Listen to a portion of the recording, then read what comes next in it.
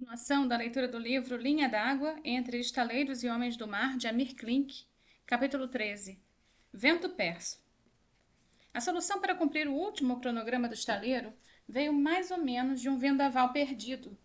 Uma empresa recém-criada na área de comunicação e informática se interessou pelo projeto de Itapevi. Fomos contatados por sua agência, por intermédio de um casal de publicitários elegante e convincente.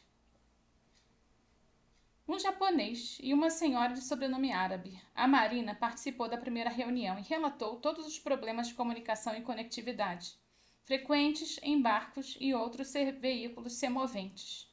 Problemas que ela agora administrava com destreza. Ondas curtas, Morse, bólidos eletromagnéticos do passado ainda confiáveis, células terrestres e satelitais, pagers e fones globais, sequestro de altas frequências de satélites abandonados, VHF e UHF, antenas geoestacionárias e orbitais, phone patch de meios combinados, o diabo. Foi bem interessante. Eu expliquei alguns dos meus princípios nada interessantes quanto a eventuais vínculos com empresas apoiadoras. Eu não uso bonés, uniformes, nem fantasias coloridas de logomarcas. Não sou totalmente contrário do fato de alguém usar. Apenas eu não uso.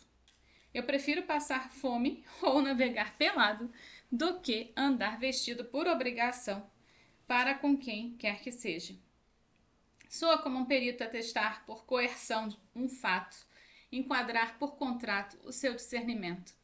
As relações que construí com pessoas, fornecedores, parceiros e clientes foram fruto de confiança, suor, bolhas nos dedos e milhares de milhas. São relações verdadeiras e permanentes. Sei que é raro empresas firmarem acordos com a expectativa de construir histórias ou fatos verdadeiros, mas tudo bem, elas existem. Mais raro ainda de encontrar homens de comunicação que pensem assim. Mas de vez em quando acontece. Incontáveis vezes eu deixei de fazer bons negócios e perdi contratos oportunos por não ceder nesse ponto. Não morri de fome, não fizeram falta esses negócios. A explicação, talvez um pouco contundente para profissionais de criação, parecer fazer sentido para um casal bem vestido, a empresa foi criada com o nome de que, no fundo, eu gostava, mas que era pouco sugestivo para expressar solidez e longevidade no negócio. Vento. Era a marca de fantasia da empresa, ou portal que eles tratavam no masculino. O vento. Eu precisava urgentemente resolver o problema da construção dos mastros, e se o vento se interessasse por apoiar essa etapa do projeto, seria a nossa salvação.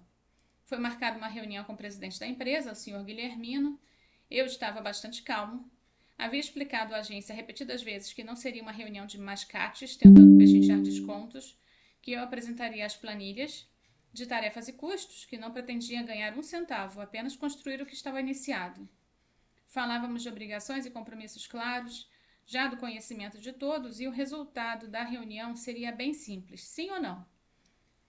Para não parecer intransigente, eu insisti que se fosse para alterar a proposta já encaminhada, eu preferia agradecer e recusar.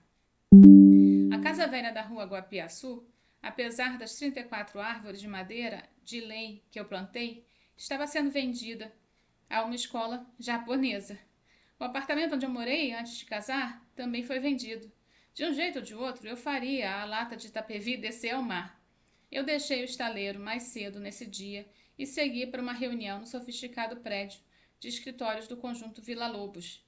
Mas a reunião foi péssima, o senhor Guilhermino, piadista costumais, a princípio parecia genuinamente interessado em participar do projeto. Depois, em tom de gozação, de modo meio que antipático, caso se tratasse de um assunto banal, começou a fazer piadinhas e provocações.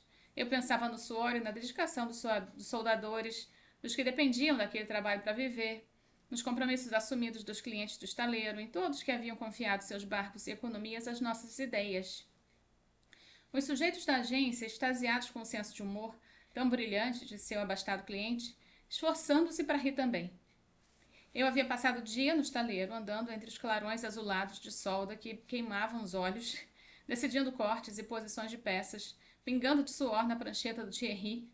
Depois da dobradeira de 70 toneladas do Sr. Ivo, quase surdo com a gritaria das tupias e o desempenho das chapas, estava com um barro de tapevi nos sapatos, sobre um elegante carpete, numa sala com ar-condicionado, vendo pelo vidro à prova de som o fétido Rio Pinheiros e o trânsito das marginais da cidade de São Paulo, que dali parecia um espetáculo artístico, um rio de luzes vermelhas tremulando de um lado, do outro, luzes brancas fixas.